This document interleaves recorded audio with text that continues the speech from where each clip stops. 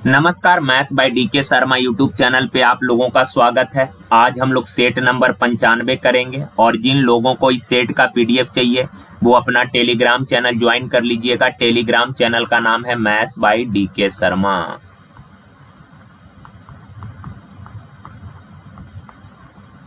यहाँ पे आप लोगों को सारा सेट का पीडीएफ मिल जाएगा, ओके ना। और एक चीज और यार, काफी टाइम के बाद वीडियो बना रहे तो इस चीज के लिए आप लोगों से माफी चाहते हैं। आप लोगों को हुई असुविधा के लिए हमें खेद है। अब से वीडियो रेगुलर आएगा तो ज्यादा परेशान होने की जरूरत नहीं है और ज्यादा गुस्सा भी करने की जरूरत नहीं है, ओके ना। अब रेगुलर वीडियो आएगा। चलें अब सवाल करते हैं। देखिए देखें यार, इस सवाल को करने से पहले एक छोटा सा कॉन्सेप्ट समझिए। आप लोगों ने पहले भी ऐसा सवाल किया है लेकिन फिर भी समझिए। देखें, जैसे इस नंबर का वर्गमूल निकालने को बोले आपको, तो रूट के अंदर जो कंप्लीट व्यंजक लिखा है जरा उसको गौर से देखिए। क्या आप इसका पूर्णतः वर्गमूल निकाल पाएंगे? आप बोलेंगे सर नहीं निकाल पाएंगे। तो ऐसे संख्याओं को इरेशनल नंबर यानी अवास्तविक संख्या कहते हैं। और अवास्तविक संख्या का जब भी वर्गमूल निकालना होना तो रूट के पीछे में 2 होना जरूरी। क्यों यार? आपको पता है ये चीजें या तो a प्लस बी के होल स्क्वायर या a माइनस बी के होल स्क्वायर पे अरेंज होता है। और a प्लस बी का होल स्क्वायर होता क्या है? a square plus B square plus 2ab, यानी यहाँ पे कितना है? 2। तो ये चीज तभी सेटिस्फाइड हो पाएगा जब यहाँ रूट के पीछे में 2 होगा और फिलहाल 2 है। 2 अगर है तो डायरेक्ट सवाल हो जाएगा, ऐसा 2 नंबर पिक करिए जिसको गुना करने पर 12 और जोड़ने पर 7 हो। ऐसा 2 नंबर है 4 और 3। अब जिन दोनों को, जैसे 4 गुना 3 12, 4 और 3 कितना? 7। अब जिन दोनों को सोचे उसके ऊपर रूट लगा के, यहाँ प्लस है तो यहाँ भी प्लस हो जाएगा। क्लियर है? जैसे मान लीजिए 8 माइनस 2 रूट 15 है। रूट के पीछे में 2 है, 2 होना जरूरी। अगर 2 है तब तो कोई दिक्कत नहीं, अगर 2 नहीं है तो किसी भी तरह से गुना भागा करके 2 बनाने का प्रयास करना है। फिलहाल 2 है तो ऐसा 2 नंबर पिक करिए जिसको गुना करने पर 15 और जोड़ने पर 8 हो। तो आप बोलेंगे सर ऐसा 2 नंबर है यार 5 और 3। 5 गुना 3 15, 5 और 3 8। अब जिन दोनों को सोचे उस पे रूट लगा के, यहाँ माइनस है तो यहाँ भी माइनस हो जाएगा। क्लियर है बात? चलें अब सवाल पे आ जाइए। देखें यार, यहाँ इसका वर्गमूल निकालना है तो रूट के अंदर जो नंबर लिखा है जरा देखें तो रूट के पीछे में क्या 2 है? तो आप बोलेंगे सर 2 नहीं है, यानी पहले इसको अरेंज करना पड़ेगा। यहाँ 8 को आप लिख सकते हैं 4 गुना 2। अब यार ये हो जाएगा कितना? 11 माइनस 4 का वर्गमूल 2 और 3 पहले से ही बाहर में और रूट अंडर 2। अब यार आपको बाहर में 2 और 3 है, आपको पता है सर रूट के पीछे 2 होना चाहिए, तो इस 3 को रूट के अंदर लेकर चले जाइए। तो अंदर ले जाइएगा तो 2 को तो बाहर ही रखना है, 3 अंदर जाके हो जाएगा 9। 9 दूना 18। अब आसान हो गया। अब ऐसा 2 नंबर जिसको गुना करने पर 18 और जोड़ने पर 11, ऐसा 2 नंबर कौन? तो 9 और 2। अब जिन दोनों को सोचे उस पे रूट लगा के, यहाँ माइनस तो यहाँ भी माइनस। अगेन 9 का वर्गमूल कितना? 3 माइनस रूट 2। क्लियर है बात? ये तो आप कर लेंगे। अब देखें जरा यार, इसका वैल्यू हमने सॉल्व किया तो आया कितना? 3 माइनस रूट 2 और दाएं साइड में है a प्लस बी रूट 2। अब देखें यार, ये एक समीकरण है, एक इक्वेशन है। a और b 2 वेरिएबल है, एक समीकरण 2 वेरिएबल, इसको आप सॉल्व नहीं कर सकते। अब कंपैरिजन करना पड़ेगा। अब देखें जरा दाएं साइड, रूट 2 का कोफिशिएंट b है और बाएं साइड रूट 2 का कोफिशिएंट कुछ नहीं यानी कि 1 तो है। तो यहाँ b बराबर क्या आ गया? -1। अब दाएं साइड बचा a, बाएं साइड बचा 3, अर्थात a बराबर कितना? 3। a और b का वैल्यू पता कर गए, पूछा 2a तो 2 गुना 3 प्लस 3, b का वैल्यू है माइनस, तो 6 माइनस 3 कितना? 3। Option number D. क्लियर है बात? तो आप लोग 1-2 बार थोड़ा अच्छे से इसको प्रैक्टिस कर लीजिएगा, आसान सा ही सवाल है।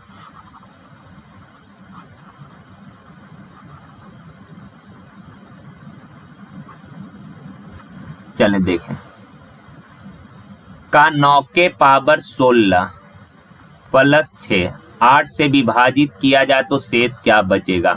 अब एक चीज आप बताएं यार, अगर 9 में 8 से भाग दीजिएगा तो रिमाइंडर बचेगा कितना? +1। और 8 से अगर 6 को डिवाइड करिएगा तो 8 से तो छोटा नंबर है, भाग लगेगा नहीं, तो रिमाइंडर बच जाएगा कितना, 6 ही। अब यहाँ 1 के पावर कुछ भी 1 और प्लस ये कितना 6, तो 1 और 6 7, ऑप्शन नंबर बी। देखिए का ए बी से 40% कम है। ए जो है ये ए और बी के बीच में कंपैरिजन किया है कि ए 20 से 40% कम है, तो आप बताएं 40% का फ्रैक्शन होता है 2/5। ए बी से कम है यानी बी 5 यूनिट है, तो ए 2 कम कितना होगा 3। क्लियर है बात। अब आगे का सी, ए और बी के योग का 40% है। सी जो है ए और बी का योग 3 और 5 8, 8 का 40%, 40% का फ्रैक्शन कितना हो जाएगा 2/5। क्लियर है बात। अब यार रेशियो को बैलेंस कर लीजिए, 5 से सबको गुना करिएगा तो 5 तिया 15, 5 पचे 25 और 5 से गुना करिएगा, 5 से 5 कैंसिल हो जाएगा, 8 दूना 16। क्लियर है बात। अब का बी सी से कितना प्रतिशत अधिक है, बी है 25 यूनिट, सी है कितना 16, तो बी जो है सी से कितना ज्यादा है 9 ज्यादा है, तो 9 ज्यादा है किससे 16 से, तो 16 बट्टा में परसेंट में रिजल्ट मांगा 100 से गुना, 4 चौक 16, 4 से 25 चौक 100, 25 नामा 225/4 कहीं है क्या, ऑप्शन नंबर सी होगा। ओके चलिए आगे। अब देखें का 5500 की राशि पर वार्षिक 15% के दर से 2 वर्ष में चक्रवृद्धि ब्याज ज्ञात करिए। सीआई निकालना है, जबकि ब्याज की गणना हर 8 महीने पर चक्रवृद्धि आधार पर की जाती है। देखें यार सिंपल, इसने प्रिंसिपल दे ही रखा है 5500 रुपया, रेट दिया है 15% और टाइम दिया है 2 वर्ष पर। का ब्याज की गणना हर 8 महीने पर किया जाता है। तो एक चीज समझिए, जैसे 6 माही हो, 4 माही हो, 3 माही हो, 2 माही हो, कुछ भी रहे तो आप समझते हैं बात को। थोड़ा सा चार्ट एक बार देख लीजिए, रिवीजन भी हो जाएगा। ऐसे तो आप लोगों को पता है ही, लेकिन फिर भी 5 मिनट देख लें यार, सॉरी 1 मिनट।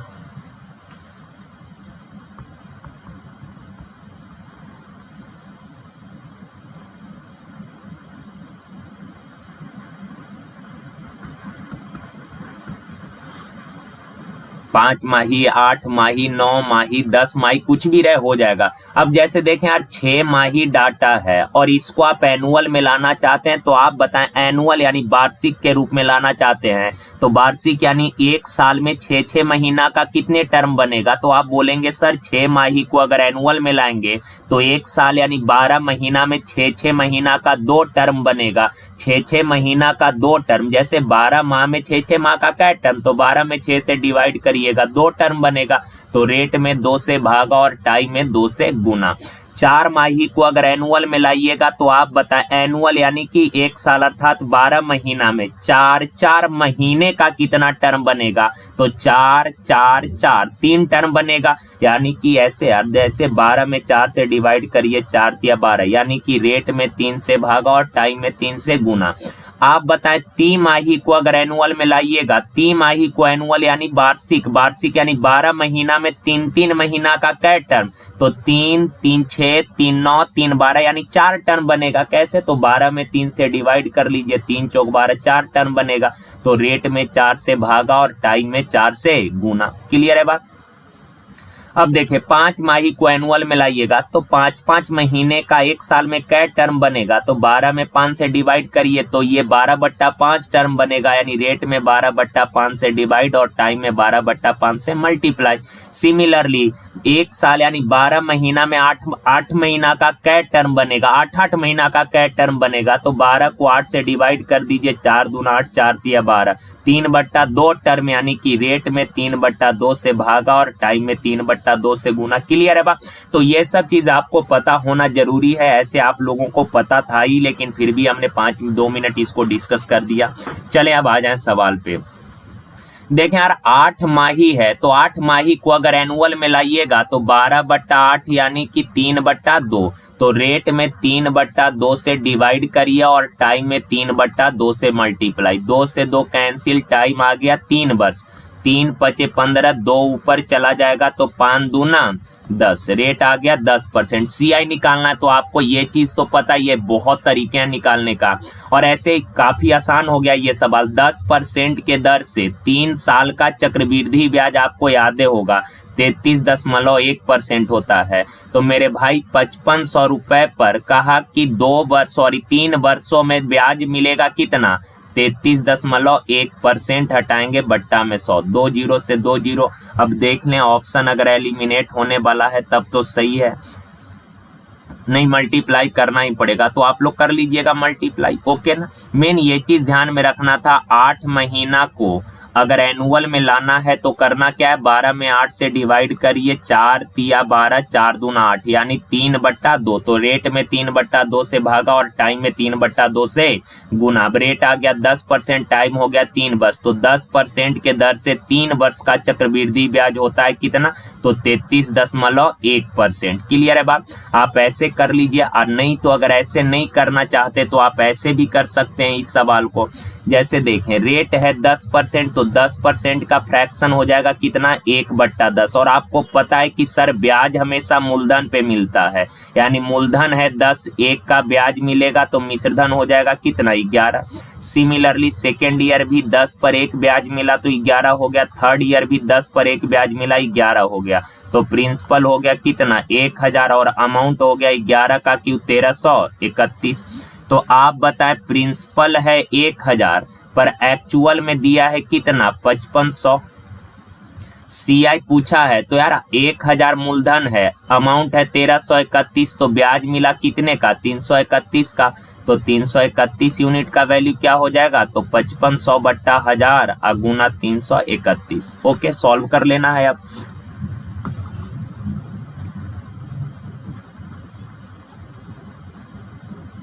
देखिए कहा कि राशि x को A B C में इस प्रकार से विभाजित किया जाता है कि A और B के हिस्से का अनुपात, A और B का रेशियो है 6:7।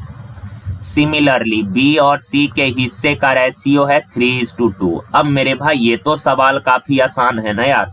अब B दोनों जगह कॉमन है तो B का वैल्यू सेम होना चाहिए, तो इसमें 3 से मल्टीप्लाई और इसमें 7 से मल्टीप्लाई।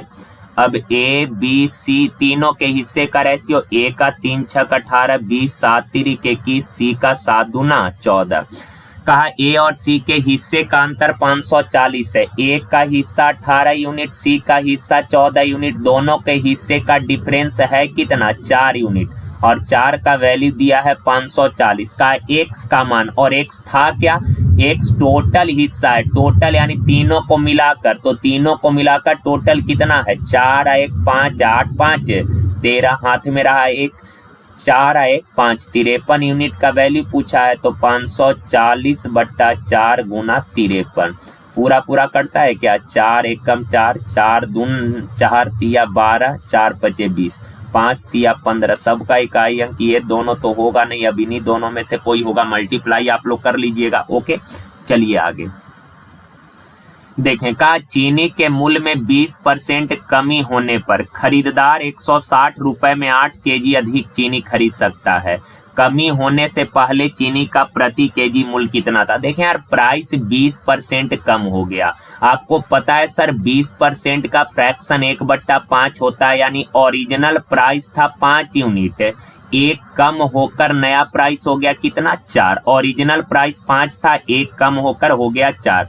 अब एक चीज आपको ध्यान रखना है कि सर प्राइस और क्वांटिटी जो है ना एक दूसरे का इनवर्स होता है। प्राइस अगर बढ़ेगा तो क्वांटिटी कम जाएगा, और प्राइस घटेगा तो क्वांटिटी बढ़ जाएगा। जैसे मान लीजिए प्राइस, जैसे प्याज का कीमत बढ़ गया था, जब प्याज का कीमत बढ़ गया था तो आप कम प्याज खरीद कर लाते थे, तो प्राइस बढ़ा था तो क्वांटिटी कम लेकर आते थे, और जैसे ही प्राइस घट गया तो आपने ज्यादा सामान खरीदना, ज्यादा प्याज खरीदना चालू कर दिया था। तो ये चीज ध्यान में रखिएगा कि प्राइस और क्वांटिटी जो है ना ये एक दूसरे का इनवर्स होता है। अगर प्राइस का रेशियो 5:4 है तो क्वांटिटी का रेशियो होगा 4:5, यानी कि पहले 4 केजी सामान खरीदते थे, आज 5 केजी सामान खरीद रहे। कितना ज्यादा खरीद रहे, 1 ज्यादा खरीद रहे, पर एक्चुअल में कितना केजी अधिक खरीदे हैं, 8 केजी। 1 यूनिट का वैल्यू 8 केजी। का कमी होने से पहले चीनी का पर केजी मूल्य, पहले वाला रेट पूछा है तो पहले आप 4 यूनिट सामान खरीद रहे थे, 1 यूनिट बराबर 8 केजी, तो 4 यूनिट बराबर 8 चौक 32 केजी सामान। टोटल अमाउंट है कितना 160 रुपया में 32 केजी, 160 रुपया में 32 केजी, तो 1 केजी कितना में 160 बट्टा 32 काटिएगा तो 5 बार में, यानी कि ओरिजिनल प्राइस था 5 रुपया पर KG. Option number C. Clear है बात। तो एक तो तरीका है कि रेशियो वाला अप्रोच से कर लें और एक जनरल तरीका है, पर हम बोलेंगे कि रेशियो वाला से करिए, इसमें भी कोई बुराई नहीं है, ज्यादा टाइम आपका खराब नहीं होगा, ऐसे भी सही है। चलें आगे अब बढ़ते हैं। देखिए कहा 3 संख्याओं के सेट में, 3 संख्या है सपोज ए बी सी का, पहली 2 का औसत, पहला 2 यानी ए और बी 2 नंबर का औसत 21 है, औसत 21 है तो इन दोनों का योग 21 दूना 42 का, अंतिम 2 का औसत 24 है, अंतिम दो यानी बी और सी 2 संख्या है तो बी और सी का औसत 24 है तो बी और सी का योग 24 दूना 48 का, पहली और अंतिम का औसत 15, पहली और अंतिम का औसत 15 तो ए और सी इन दोनों का औसत 15 है तो इन दोनों का योग 15 दूना 30। अब यार ये तीनों इक्वेशन को अगर ऐड करेंगे, ए 2 बार, बी 2 बार, सी 2 बार, यानी twice of A plus B plus C. अगर दाएं साइड इन सबों को जोड़िएगा तो 8 2 10, 4 4 8 4 12। अब भाई मेरे 2 से काटिए 60 बार तो ए प्लस बी प्लस सी कितना आ गया 60 आ गया। अब सिंपल सवाल है यार, का उन तीनों का औसत बोला है तो एवरेज पूछा इन तीनों का, तो तीनों को जोड़कर 3 से डिवाइड कर दीजिए। क्लियर है बात। तीनों का योग है 60 बट्टा 3 यानी कितना 20। Option number A. ओके चलिए आगे बढ़ते हैं। देखिए कहा पी और क्यू 27 किलोमीटर के दूरी पर स्थित हैं, 2 स्थान है पी और क्यू, इनके बीच का फासला दिया है 27 किलोमीटर। ओके ना। का 2 रेलगाड़ियां क्रमशः 24 किलोमीटर पर आवर और 18 किलोमीटर पर आवर की गति से पी एवं क्यू से एक ही समय एक ही दिशा में, ध्यान रखिएगा एक ही समय एक ही दिशा में चलती है, वे क्यू से, यहाँ पे छूट गया यार ध्यान रखिएगा, वे क्यू से दूरस्थ आर बिंदु पर मिलते हैं। सिंपल सवाल है। देखिए कहा क्या एक गाड़ी पी से 24 किलोमीटर पर आवर के चाल से चली है, ओके ना, और दूसरी गाड़ी क्यू से 18 किलोमीटर पर आवर के चाल से चली, और कहा क्यू से दूर एक पॉइंट है आर जहां पे ये दोनों गाड़ी जो है आपस में मिली है, क्यू और पी दोनों गाड़ी यहाँ पे आके मिली। तो यार पहले ये जानना जरूरी है कि दोनों को मिलने में लगा समय कितना, तो समय बराबर होता है दूरी बट्टा चाल। आप बताएं क्यू और पी के बीच का फासला, क्यू और पी के बीच का फासला कितना है 27 किलोमीटर, और बट्टा में स्पीड, सेम डायरेक्शन है तो चाल घटेगा, 24 में से 18 गया कितना 6, तो 3 दूना 6 3 नमा 27, यानी कि 9/2 घंटा में ये दोनों गाड़ियां मिल गई।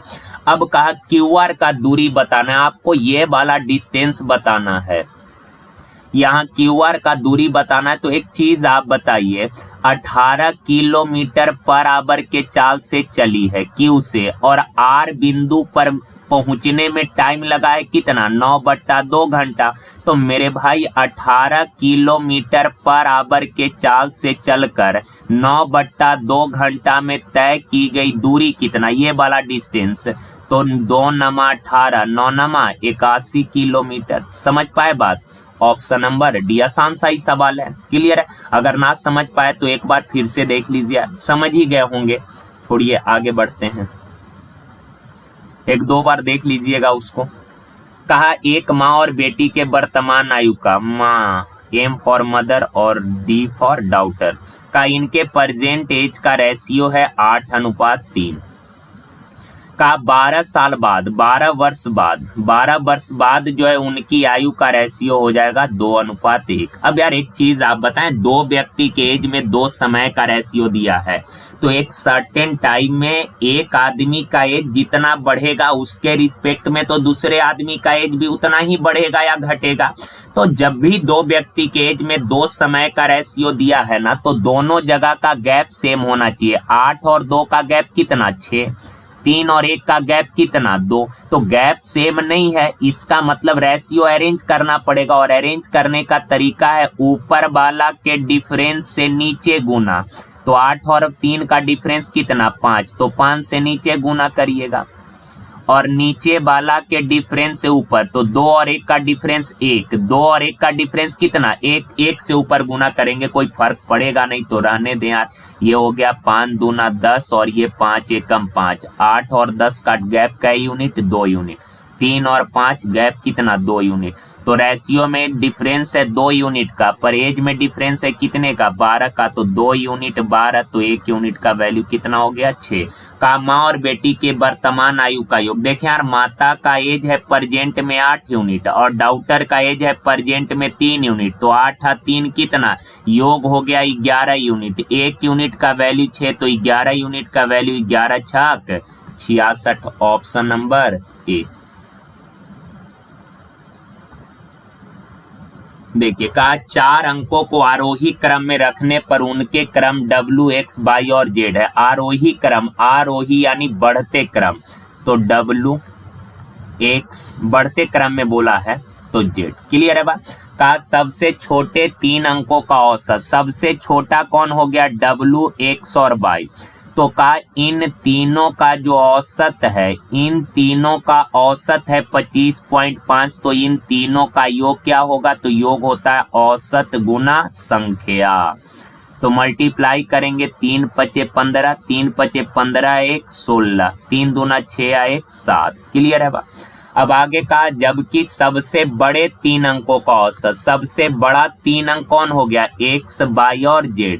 तो सबसे बड़े 3 अंकों का औसत, अगर इन तीनों का औसत 29.5 है, तो इन तीनों का योग क्या होगा, योग होता है औसत गुना संख्या। मल्टीप्लाई करेंगे, 3 पचे 15, 3 नमा 27, 1 28, 3 दूना 6 और 2 8। क्लियर है बात। अब इन दोनों इक्वेशन को अगर भाई मेरे घटाइएगा ना पे यार, तो W कहाँ गया, X बाई Z है, तो X से X कैंसिल, Y से Y कैंसिल। अब Z माइनस W बराबर कितना हो जाएगा, यहाँ से 2 और 1 12। अब सवाल कहा परास बताइए, तो आपको पता ही है परास यानी कि रेंज बराबर क्या होता है, परास होता है मैक्सिमम माइनस मिनिमम। अच्छा, सबसे मैक्सिमम नंबर कितना, Z, और सबसे मिनिमम क्या है, W। तो Z माइनस W का वैल्यू पूछा और ये आया है कितना, 12। क्लियर है बात, ऑप्शन नंबर बी। देखिए का एक त्रिभुज का परिमाप जो है 28 सेंटीमीटर है, उसकी अंतः त्रिज्या 3.5 सेंटीमीटर है, तो इसका एरिया ज्ञात करना है। देखिए यार, अंतःवृत्त के केस में आपको याद होगा कि अंतःवृत्त का जो रेडियस होता है ना, ये डेल बाई एस होता है। डेल क्या है, तो ये एरिया, ट्रायंगल के एरिया का सिंबल है, ऐसे ट्रायंगल के एरिया को डेल से रिप्रेजेंट करते हैं। और ये सेमी पेरीमीटर यानी अर्ध परिमाप है, तो यहाँ रेडियस दिया है 3.5, ट्रायंगल का एरिया बट्टा एस, अर्ध परिमाप। अगर परिमाप 28 है तो अर्ध परिमाप कितना हो जाएगा, 14। ट्रायंगल का एरिया कितना, तो 3.5 गुना 14। बस अब इसको मल्टीप्लाई कर लीजिएगा आप लोग। 14 पचे 70, हाथ में रहा 7, 14 तिया 42, 7 49, ऑप्शन नंबर ए हो जाएगा। देखें एक इक्वेशन दिया है x square minus 12x plus 2k बराबर 0 का एक मूल x बराबर 4 है, तो दूसरा मूल। देखें यार, किसी भी क्वाड्रेटिक इक्वेशन को आप सॉल्व करेंगे ना, तो x के आखिरी में 2 वैल्यू आते हैं। क्लियर है, जिसमें इन दोनों, इसी को मूल बोला जाता है, सॉल्यूशन यानी हल बोला जाता है। का इस क्वाड्रेटिक इक्वेशन का एक मूल 4 है, दूसरा निकालना है, तो एक तो तरीका है कि आप x का वैल्यू पुट करिएगा, k का मान आ जाएगा। अगेन k का वैल्यू इसमें पुट करेंगे, आपको एक आइडियल क्वाड्रेटिक इक्वेशन बनेगा, और उस क्वाड्रेटिक इक्वेशन को फैक्टराइज करिएगा, तो x का 2 वैल्यू आएगा, जिसमें से एक 4 होगा और दूसरा बाकी जो भी आंसर होगा अपना वो होगा। पर वैसे करने में आपका टाइम बहुत ज्यादा खराब हो जाएगा यार। आप इसको करें ऐसे, देख लीजिए, जैसे आपको पता है किसी भी क्वाड्रेटिक इक्वेशन के मूलों का जो योग होता है ना, मूलों का योग होता है -b/a, -b/a। अब देखें माइनस बी यानी कि -12, तो माइनस इंटू माइनस प्लस 12 हो जाएगा, और बट्टा में ए कुछ नहीं है यानी 1 है, तो यहाँ से आ गया अल्फा प्लस बीटा बराबर 12। अब का एक मूल 4 है, सपोज अगर एक 4 है, दोनों मूलों का योग 12 है, एक 4 है तो दूसरा कितना होगा, 8 होगा। Clear, option number B. देखिए कहा किसी भिन्न के अंश और हर का योग, किसी भिन्न जैसे सपोज x बट्टा बाई भिन्न है जिसका अंश x है एंड हर जो है ये अपना y है, का अंश और हर का योग यानी x प्लस y बराबर दिया है 13। का अंश और हर में क्रमशः 3 और 9 जोड़ने पर भिन्न का मान 2/3 हो जाता है। अंश में 3 जोड़े और हर में 9 जोड़े तो फ्रैक्ट इस भिन्न का मान जो है 2/3 हो गया। अब यार देखें क्रॉस मल्टीप्लाई करिए 3x प्लस, देखें यार इस तरह के सवाल थोड़ा कैलकुलेटिव होते काफी आसान है, बच्चा भी इस तरह के सवाल को कर लेगा, बस वही है कि टाइम टेकन है, तो ये आप पे डिपेंड करता है कि आप कैलकुलेशन कितना फास्ट करते हैं। ये 2y प्लस 18 है, 2y को इधर लेकर आइएगा तो 3x माइनस 2y, 9 उधर जाके घटेगा 9। अब यार इन दोनों इक्वेशन को देखें, अगर इसमें 3 से मल्टीप्लाई कर दीजिएगा तो ये हो जाएगा 3x प्लस 3y बराबर 13 या 39। ये दोनों को अगर घटा लीजिएगा तो ये कैंसिल हो जाएगा, यहाँ से माइनस का 5y बराबर माइनस का 30, माइनस से माइनस कैंसिल होगा, y बराबर कितना 6, y 6 है, y 6 है तो 6 इधर आके 13 में से घटेगा तो x कितना हो जाएगा,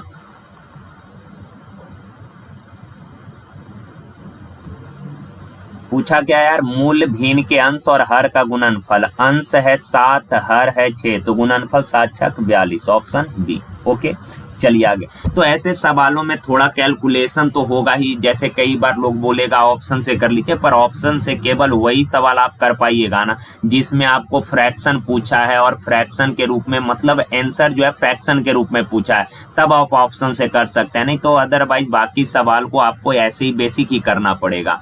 चलिए आगे बढ़ते हैं।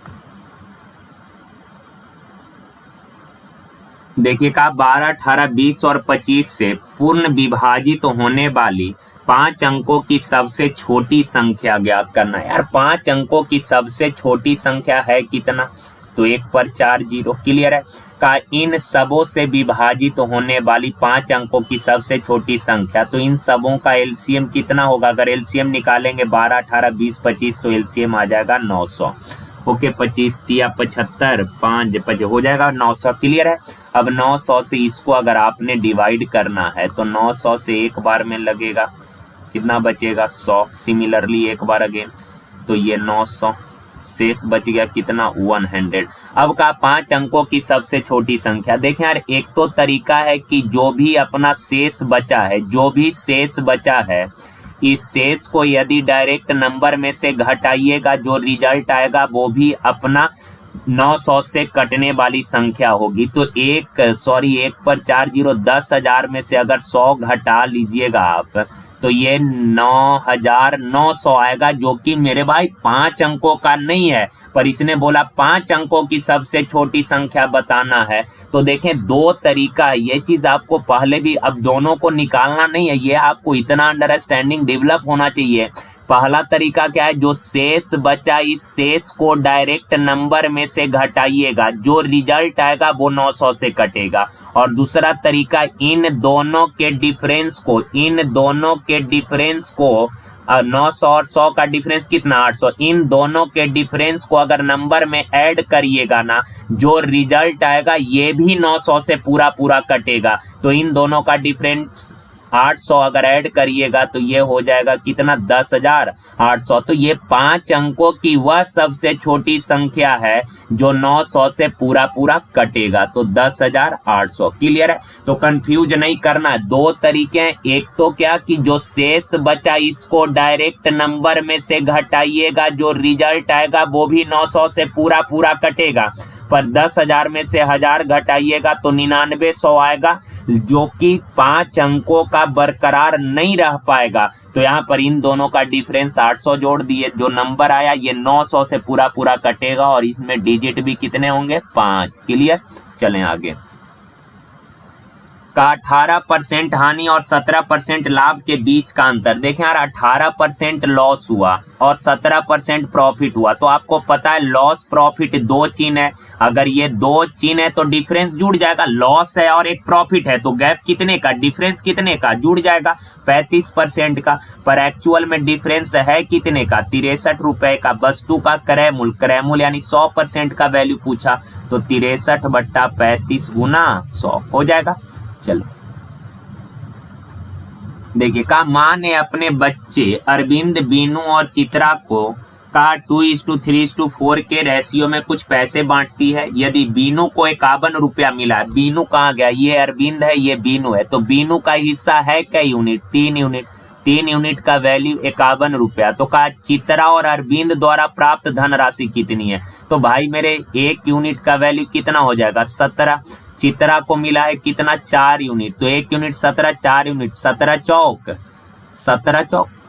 68। और अरविंद को मिला 2 यूनिट, तो 17 दूना 34, 34 68 कहीं है क्या, 34 68। यार उल्टा दे दिया यार, चित्रा पहले है यानी 68 34, ऑप्शन नंबर सी। देखिए, कहा ए काम को 11 दिन में, ए जो है किसी काम को 11 दिन में करेगा, बी अकेले करेगा 16.5 दिन। आपको पता है पहले भी हम लोगों ने ऐसे सवाल किए हैं सर, टाइम एंड वर्क और पाइप एंड टंकी में जब भी टाइम डेसिमल में दे पहले उसको फ्रैक्शन में कन्वर्ट करिए। तो 16.5 डेसिमल हटाएंगे, बट्टा में 10। अब 5 तिया 15, 5 तिया 15, 5 दूना 10, यानी बी अकेले पूरा काम करेगा 33/2 दिन में।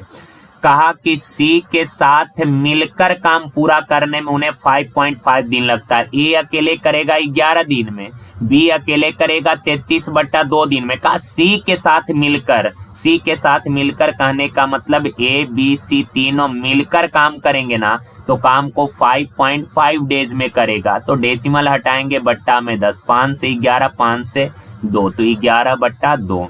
का सी और डी 22 दिन में करेगा, सी और डी जो है 22 दिन में करेगा। अब मेरे भाई करना कुछ नहीं है, इन सबों का आप एलसीएम ले लो यार। एलसीएम कितना, 11, 33, 11 और 22 का एलसीएम कितना, 66। तो 11 छक 66, 33 दूना 2 दूना 4, 11 छक 6 दूना 12, 22 तिया। क्लियर है बा।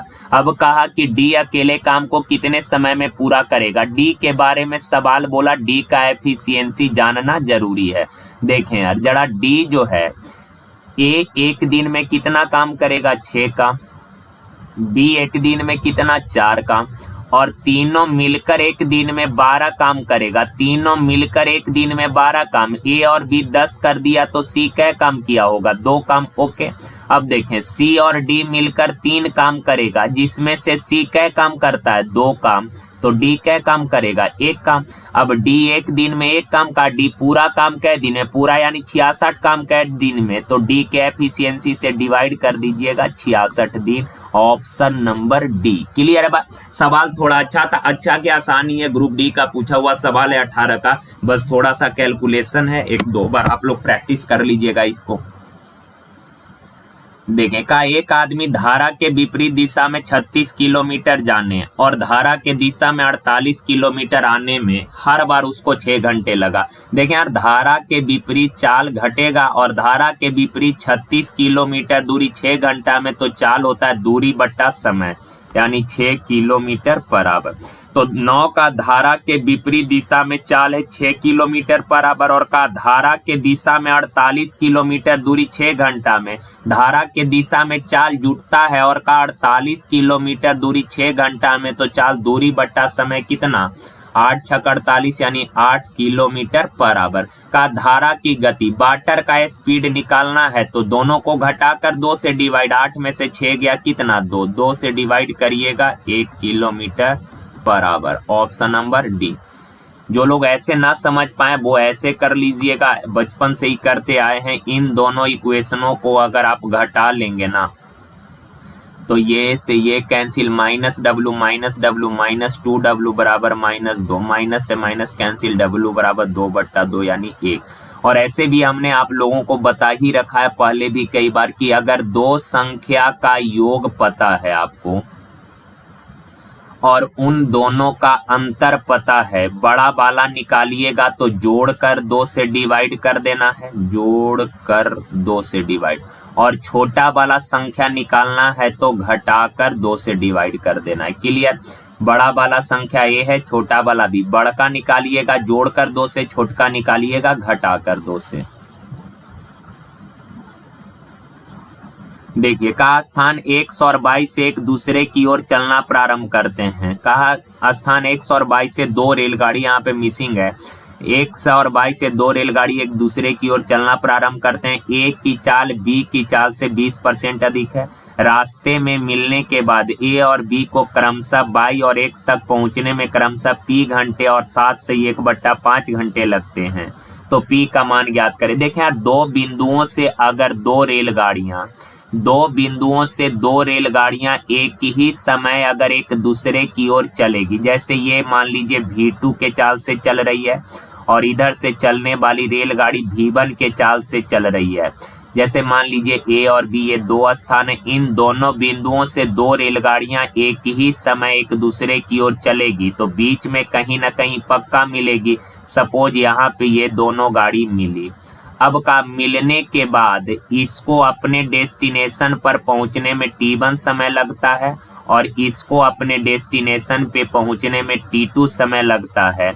तो रिलेशन होता है V1/V2 बराबर √T2/T1। ये चीज आप लोगों को पता है कि दो बिंदुओं से 2 रेलगाड़ियां यदि एक ही समय एक दूसरे की ओर चलेगी तो बीच में कहीं ना कहीं पक्का मिलेगी और मिलने के बाद इनको अपने अपने डेस्टिनेशन पे पहुंचने में T1 और T2 समय लगता है। जबकि इनका चाल V1 और V2 है तो रिलेशन होगा V1/V2 बराबर √T2/T1। क्लियर है बा? अब देखें यहाँ पे V1 पहला का चाल दूसरा से 20% अधिक है, तो दूसरा का अगर 100 है तो पहला का 20 ज्यादा 120 होगा। और √T2 सेकेंड टाइम है 7 से 1/5, 5 7 35 है 1 36/5 और T1 बट्टा में T1 यानी कितना है P है। अब यार दोनों साइड जरा गौर से देखिए, अगर इनका स्क्वायर कर देंगे ना मेरे भाई, ये तो पहले कटेगा तो काट पीट लीजिए, 2 छक 12 2 5 10, दोनों साइड स्क्वायर करेंगे तो इधर 36 और इधर 25। क्लियर है? स्क्वायर से रूट कैंसिल तो ये 36/5 गुना P। अब 36 से 36 कैंसिल, 5 5 25, तो P बराबर कितना आ गया 5। ऑप्शन नंबर 5 तो है, कहाँ गया? Option number A. ओके, देखें का एक टंकी में 2 पाइप लगे हैं, पहला 4 घंटे में भरेगा, दूसरा 16। यार ये तो बच्चा भी कर लेगा। पहला 4 घंटे में भरेगा, दूसरा 16 घंटे में खाली करेगा। एलसीएम कितना 16, 4 चौक 16, भरने वाला के एफिशिएंसी को प्लस है, 16 एकम 16 खाली करने वाला के एफिशिएंसी को माइनस है। का दोनों पाइपों को एक ही साथ खोला जाए, टंकी कितने समय में भर जाएगी? अगर दोनों को एक साथ ओपन कीजिएगा, ए 4 भरेगा, बी 1 खाली करेगा, दोनों साथ में ओपन होगा तो हर घंटे टैंक में पानी जाएगा कितना? 4 भरेगा 1 खाली करेगा 3 यूनिट, तो 16 यूनिट भरने में कितना समय? 16/3 यानी 5 से 1/3 घंटा। Option number B.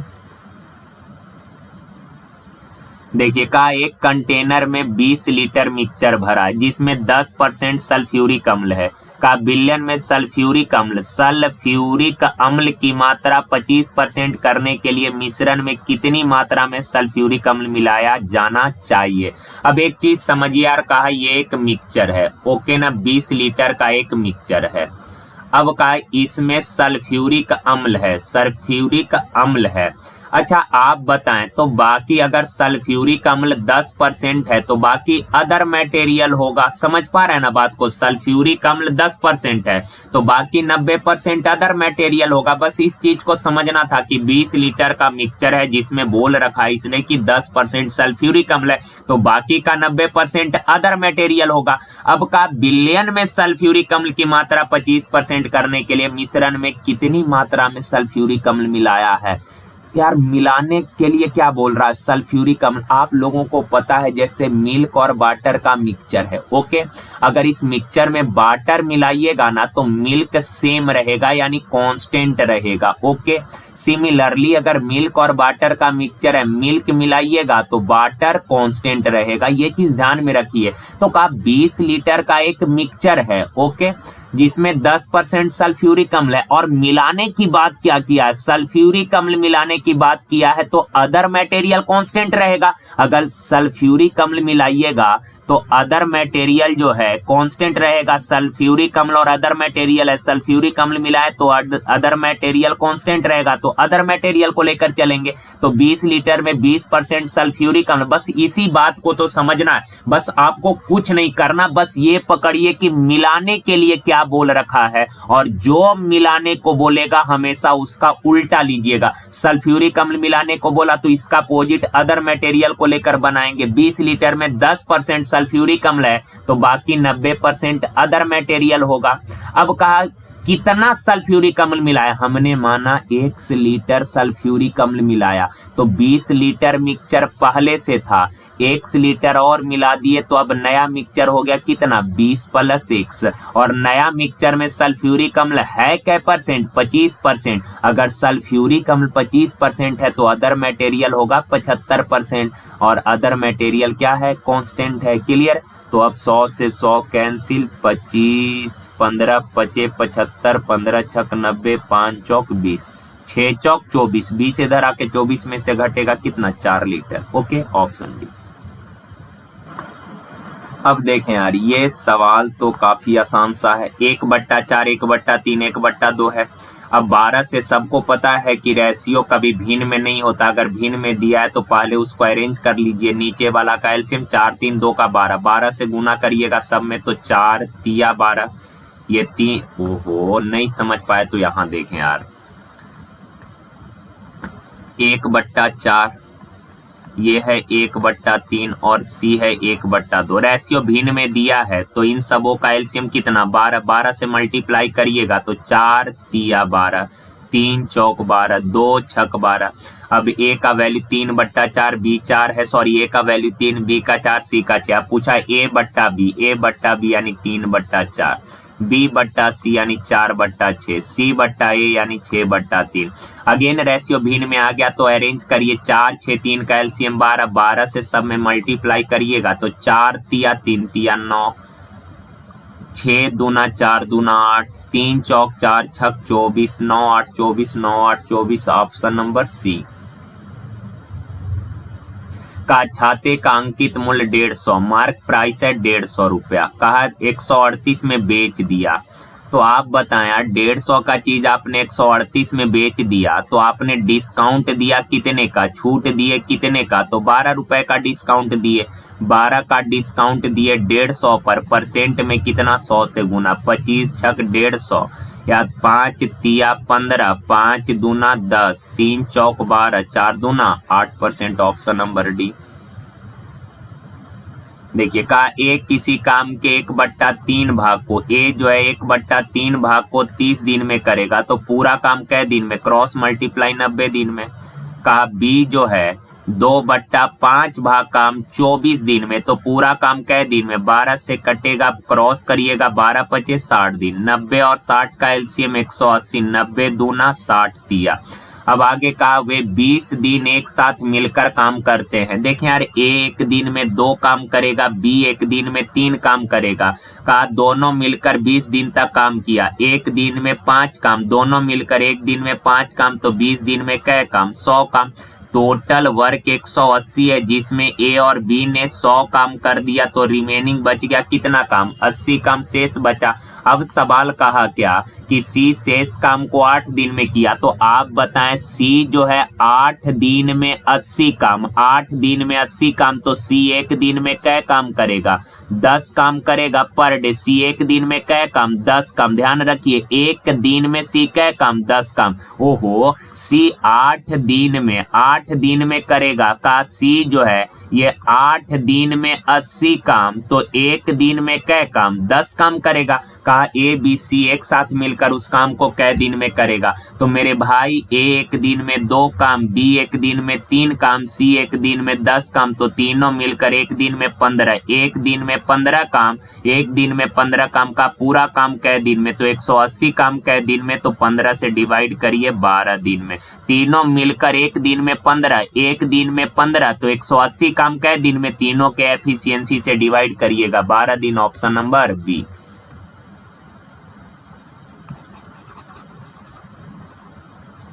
देखिए दिया है रूट एक्स प्लस 1/√x का वैल्यू है 3। ओके, अब आपसे पूछा है एक्स क्यू प्लस 1/x³ का वैल्यू क्या होगा। अब देखें यार, इसको तो करने का तरीका क्या है, ये चीज आप लोगों ने पढ़ रखा है। x plus 1/x suppose a है, तो x² प्लस 1/x² क्या होगा, तो a² minus 2। x³ plus 1/x³ क्या होगा, तो a³ माइनस 3 है। तो ये चीज अगर जिन लोगों को पता नहीं है तो वो तो बेसिक ही कर ले, और नहीं तो अलजेब्रा का हम 2-3 वीडियो अपलोड किए हैं, आप लोग वहां जाके आप उसको देखिए, तो इस तरह के सवाल आप लोगों का क्लियर हो जाएगा। ओके ना। तो चलिए, मैक्सिमम लोगों को ये चीजें नहीं पता, जिनको पता होगा वो तो कर ही लिए होंगे, पर जिनको नहीं पता वो बेसिक करिए। अगर यार इसका स्क्वायर करेंगे तो ये होगा a² plus b² plus 2ab, तो ये से ये कट जाएगा, बचेगा 2, अब बराबर 3 का स्क्वायर 9। तो स्क्वायर करेंगे तो एक से रूट, स्क्वायर से रूट कैंसिल होगा ना, खत्म आदमी। स्क्वायर करेंगे इसका तो रूट कैंसिल होगा, x plus 1/x plus 2ab बराबर 3 का स्क्वायर 9, 2 उधर जाएगा, तो x प्लस 1/x बराबर कितना, 7। अब x³ प्लस 1/x³ का तो फॉर्मूला पता ही है, x प्लस 1/x का whole square minus 3ab into a plus b। अब देखें यार, इसका 7 का स्क्वायर 49 माइनस 3 गुना x cancel, x plus 1/x का वैल्यू है कितना, 7, तो 49 माइनस 21 कितना हो जाएगा, 28। Option number 28। अरे क्यों है यार, क्या हो रहा है पता नहीं, काफी टाइम पर वीडियो बनाने से यही होता है। 7 का क्यू 343 माइनस 3 सते 21, तो ये हो जाएगा 2 2 2 322। ऑप्शन नंबर सी।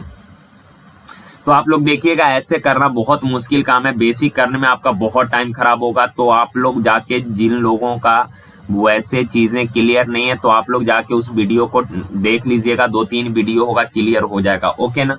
चलें, का एक रेलगाड़ी पहले 40 किलोमीटर दूरी 80 के चाल से और बाकी 30 किलोमीटर दूरी 60 के चाल से, तो एवरेज स्पीड आपको पता है कि सर एवरेज स्पीड होता है total distance upon total time. Okay ना।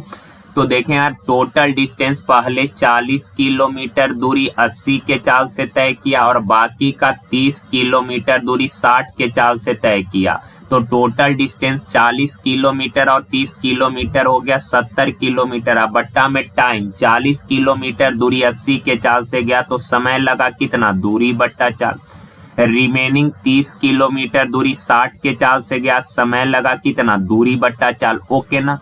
अब काटिए, 40 एकम 40 दूना 30 एकम 30 दूना 60, तो 70 बट्टा आधा प्लस आधा, एक आधा, ओहो, आधा प्लस आधा जोड़िएगा कितना, 1 हो जाएगा, तो एवरेज स्पीड आ गया 70 kilometre per hour. Option number D. देखिए का 22 मीटर और 10 मीटर की आयताकार एल्युमिनियम की सीट है, एक आयताकार एल्युमिनियम का सीट है। ओके, जिसका लंबाई है 22 मीटर और चौड़ाई है 10 मीटर। कहा सीट को मोड़कर बेलनाकार रूप दिया गया है, यानी बेलन के आकार में मोड़ा गया है। का इसकी छोटी भुजा इसकी लंबाई बन जाती है, तो इस तरह निर्मित बेलन का आयतन क्या होगा। देखिए का इसको ऐसे हमने फोल्ड किया है, ऐसे इस तरफ से फोल्ड कीजिएगा तो ये ऐसा कुछ शेप बनेगा, ऐसा शेप बनेगा। का सबसे छोटी भुजा जो है इसका हाइट है, हाइट बन गया लंबाई, यानी हाइट 10 हो गया। अब एक चीज समझिए, देखें यार, जब भी आप इसको ऐसे है, ये आयत है, क्लियर है। अब इसको अगर आप फोल्ड कीजिएगा तो कहा ये बेलन का क्या आधार का ये वृत्ताकार आधार, बेलन का आधार कैसा है, वृत्ताकार, तो ये वृत्त का कंप्लीट जो परिधि है इसका लेंथ क्या 22 हो जाएगा। अगर आप इसको मोड़िएगा, फोल्ड करिएगा, तो ये तो वृत्त का परिधि बनेगा ना। आधार जो है वृत्ताकार है बेलन का आधार, और आधार का परिधि कितना 22 हो जाएगा। और आपको पता है आधार का परिधि बेलन का आधार वृत्ताकार, और वृत्त का परिधि 2πr, और है कितना 22। तो ये चीज ध्यान में रखिएगा यार, जितना बनाना तो काफी आसान है, पर इसको ये चीज समझाना थोड़ा मुश्किल था। मतलब मुश्किल नहीं, आसानी है, पर आप लोग थोड़ा सा मतलब यहाँ पे हम दिखा नहीं सकते ऐसे। आप लोग घर पे एक कागज लीजिएगा आयताकार, ओके, ऐसा कागज लीजिए, ये है 22 और ये है 10। अगर आप इसको फोल्ड करेंगे ना, फोल्ड करेंगे तो पता चलेगा कि ये ऐसा कुछ शेप बनेगा, ओके। और ये वाला मेन जो ये वाला है ना, ये आधार जो है वृत्ताकार, इसका जो परिधि होगा कंप्लीट लेंथ आ जाएगा आपका 22। और कंप्लीट लेंथ कहने का मतलब ये वृत्त का परिधि, और वृत्त का परिधि क्या होता है 2πr, और इसने दे रखा है कितना 22, ओके। अब 22 से 22 कैंसिल, तो r बराबर कितना 7/2, और हाइट कितना है 10 है। तो बेलन का आयतन बोला, बेलन का आयतन होता है पाई r स्क्वायर, यानी 7/2 गुना 7/2, गुना हाइट कितना 10, 2 से काटिए 11 बार, 7 से 7, 2 बचे 10, तो ये हो गया 11 सते 77, 5 सते 35, 5 सते 35, 3 38, 385, ऑप्शन नंबर ए।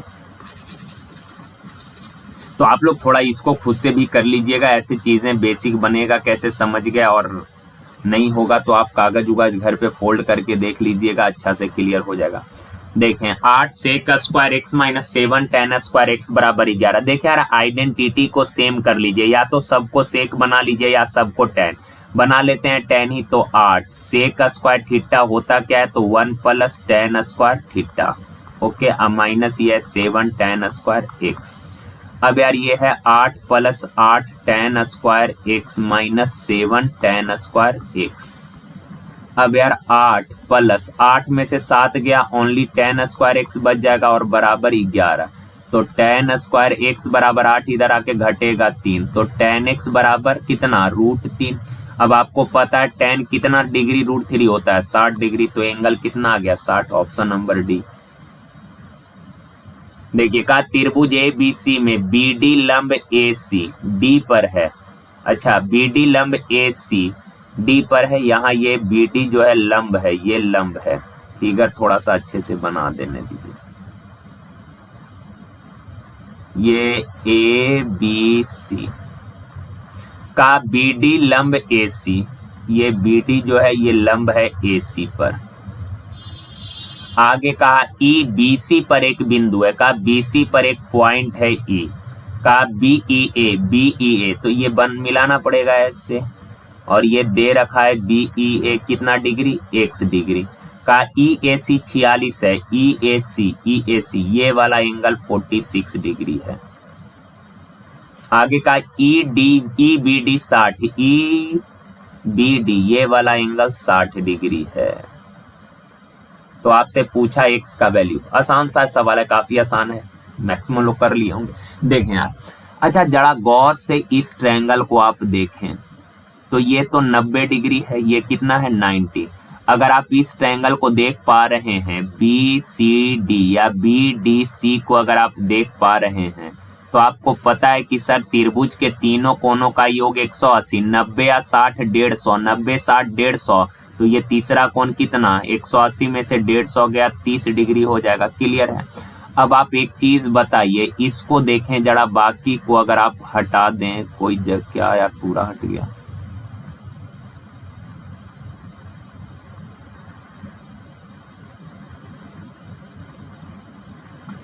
अब जरा इस ट्रायंगल को आप देखें गौर से,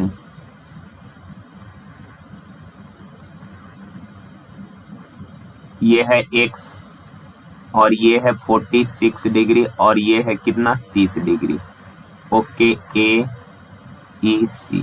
अब एक चीज आपको पता है भाई मेरे, किसी त्रिभुज में एक भुजा को आगे बढ़ाने पर जो बाह्य कोण बनेगा ना, ये सामने के दोनों अंतःकोणों के योग के बराबर। तो 46 और 30 कितना हो जाएगा, 76 degree. Option number D. Okay, एक बार फिर से समझिए।